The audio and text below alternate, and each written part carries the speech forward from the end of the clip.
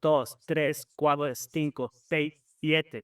7 goals for FC Barcelona. I don't think anyone saw it coming before the start of the game, especially with how slow the first leg was. The 1-1 at St. James Park against Newcastle United was probably one of the most suffocating games that Barcelona played under Hansi Flick in Champions League game.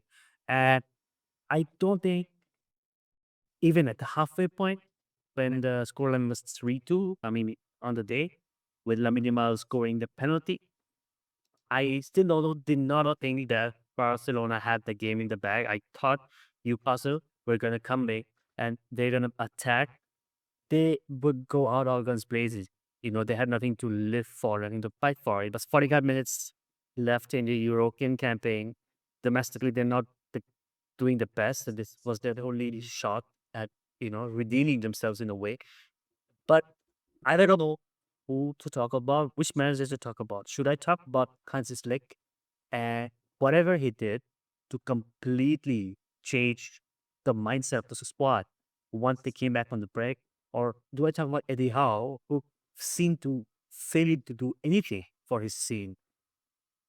Because I was doing a watch along with some of my subscribers on YouTube, and there's a guy who said that Newcastle will either come out playing like in have nothing to fight for, or they will ghost completely. It's gonna be an XP. It's nothing like me. I think they ghosted like anything else. You know, there was no intent of Newcastle in the second half. Barcelona were just finding spaces. The thing is, in the first half, Newcastle were penetrating Barca's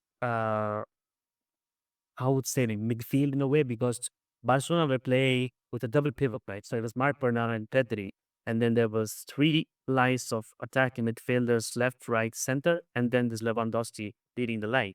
So Tonali and Jolinton, Newcastle were able to find those half spaces, find those pockets popping up in the middle of the Barca midfield because Marc Bernal stays back. Pedri goes forward. Pedri is fluid, right? And the fullbacks, Ronaldo Araujo came on early, and he's not necessarily a fullback. So even at times, he was getting targeted. He was being confused on the pitch. Newcastle, if they play the way it played in the first half, I think the scoreline, first of all, would not have been so wide. Maybe there would be a 5-3 victory for Barca, maybe a 7-5 victory for Barca. You don't know. What I think is this was a Barcelona performance that completely uh, contrary to the previous performance in St. James Park. It's also a Barcelona performance that we know that this key is capable of, that Hansi Flick is capable of. Something happened over the last few months where Barcelona, whenever they're presented in an under pressure situation where there's doubts about them going forward, them going through, there's something on the line, Barcelona just completely transformed. I'm talking about the Atletico Madrid Copa del Rey semifinal as well. The first leg, Barca lost 4-0. Second leg, they had to go all out. They had to go guns in blazing. And they did just that. They narrowly missed it out by one goal. Or they only needed one goal to take it to extra time penalties.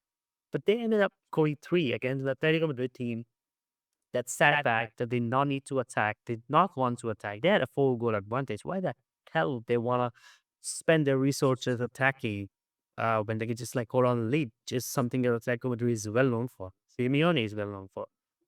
But Barcelona put all their chips on the table and they attacked in a way that was missing from Barcelona's arsenal this season.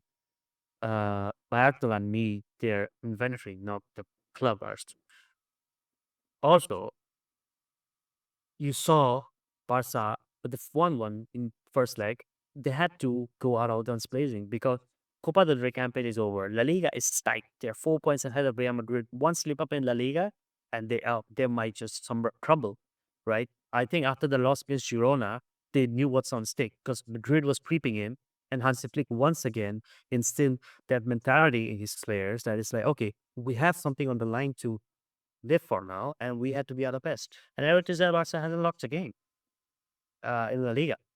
Copa del Rey, they tried their best. They came close, but it wasn't meant to be. But they did find like how Aztec wants them to. Again, tonight we saw that. I mean, right from the get go, I think the first goal was scored in the first 5-10 minutes.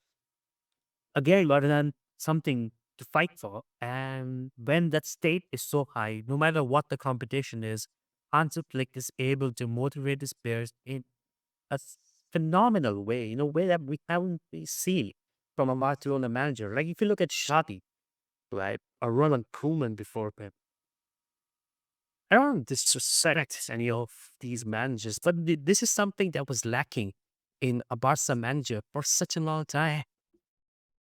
You know, Ronald Koeman, Ernesto Valverde, they were more of people who face the massive egos in the team, Messi dependencia, Amigos FC, whatever you want to call it, right? Ronald Koeman was, I guess, in general, a bit of a toxic character inside the club. Kike Setien, in his short time, didn't really do anything impactful for the club.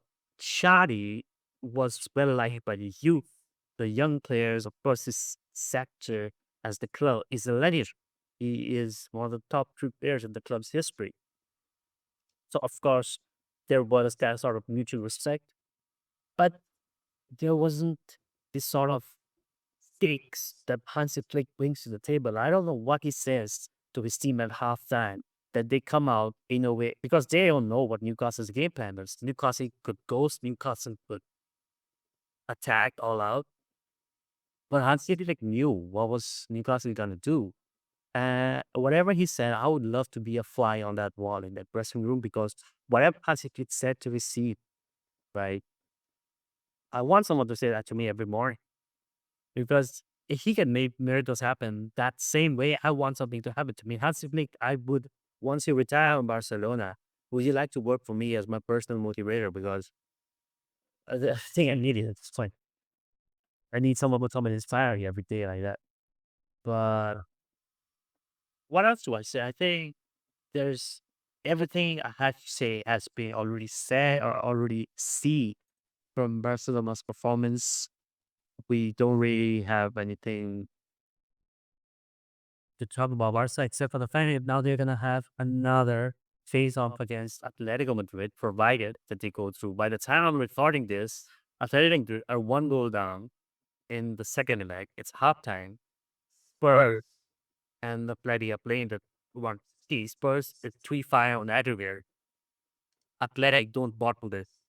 Barcelona, they will be facing Atletico Madrid in the next round if Atletico go through. If not, come Spurs. Uh, but I think this is the moment that changes everything for Barcelona. I think the moment that truly did change everything for them was the Copa del Rey second leg against Atletico Madrid, when it showed them, it showed the world, and it showed the players and everyone involved the club that there is so much that they have to give, that there is so much passion, that there is this capacity that you have to unearth from each of these players that you can't do individually. You can do that as a team. Like, you need to go and talk to them, sit with them, put your hand on their shoulder, and tell them that they are, if there's anyone possible in this world that could do things like this, it's them. Barcelona is the remontada club. No one has ever forgotten 6-1 against PSG. That's a match that made the word remontada famous. And they did it against Atletico Madrid. They did it today against Newcastle. Every time they went down, they came up, and the second half was just a one-sided picture. And I just think from this point onwards, from the Atletico game, that is, it has changed. Barca's season has turned around.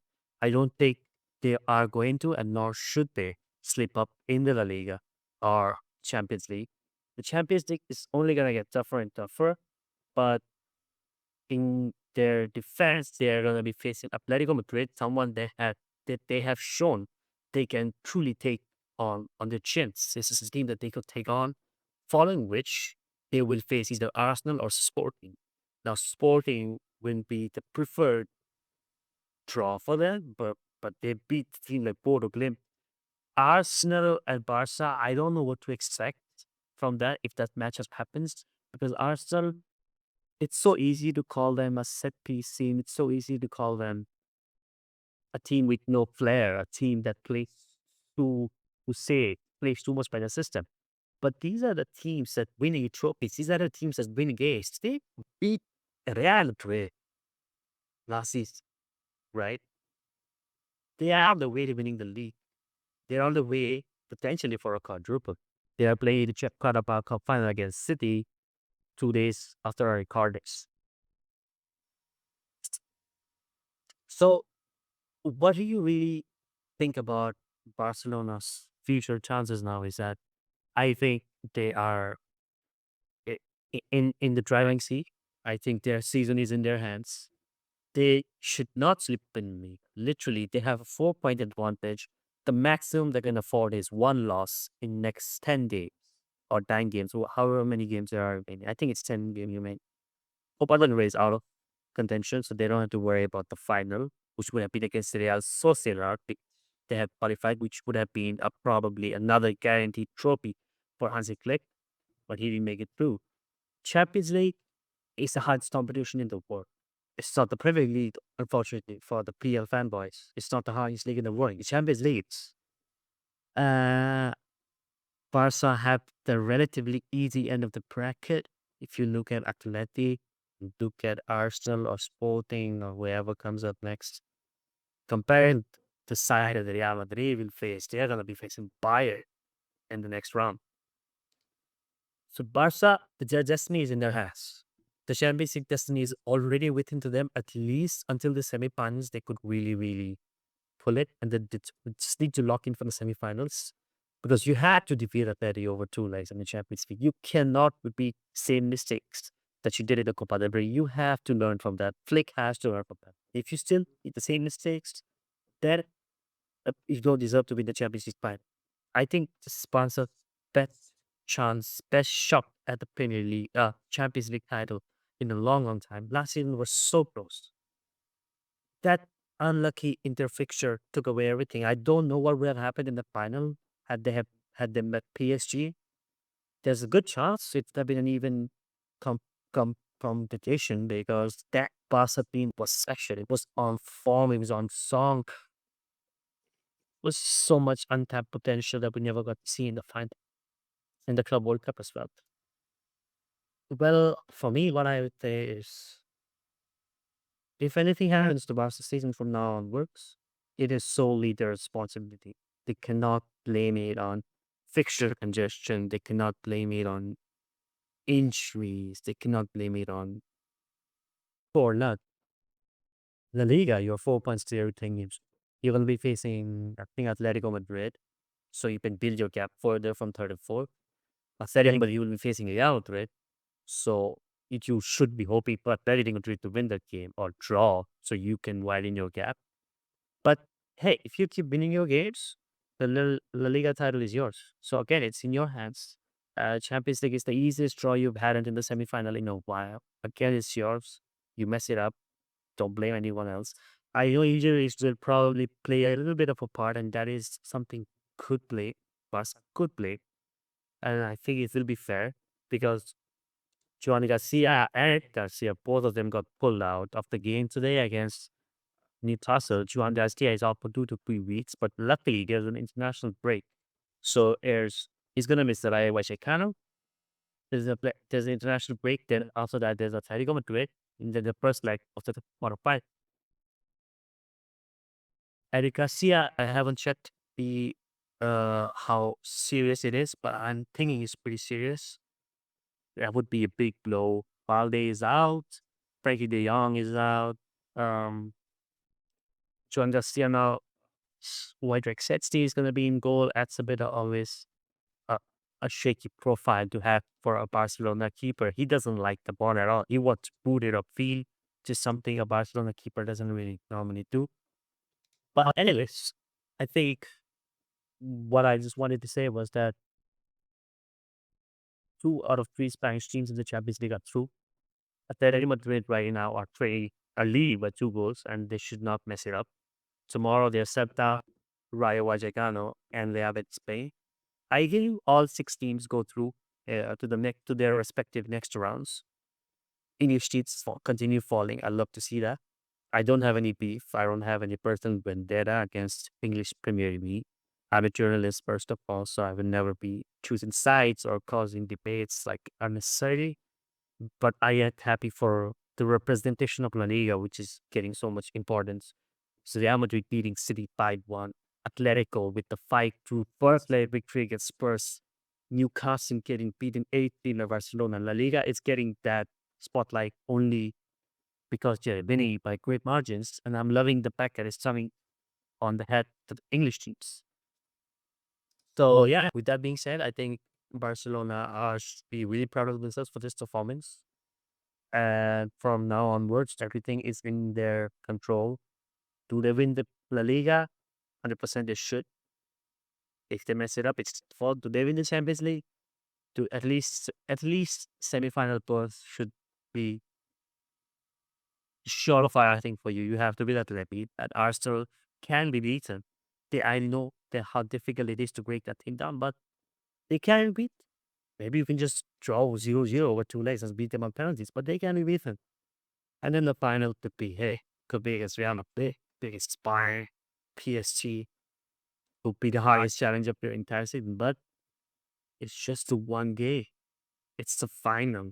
You play good for those 90 minutes of the end of your season, and you're forever in history books. So what? With that, I would just conclude this video. I'm starting to do more individual videos now, but individual matches. I did one for Real Madrid City yesterday, and I'm big for Barca. It's something I want to try on this channel more and more often. Just raw and filtered me talking for however much I can, and hope someone listens. With that being said, I will end the video here. Thank you for listening to me rant. Thank you for everyone who joined my live stream for the Barca Newcastle game. I will do again the Madrid derby as well. So make sure to join there. If you are new to this channel and have been staying to this point, then subscribe. And if you are already subscribed, then like and comment on this video. I will see you in the next one. Hasta luego.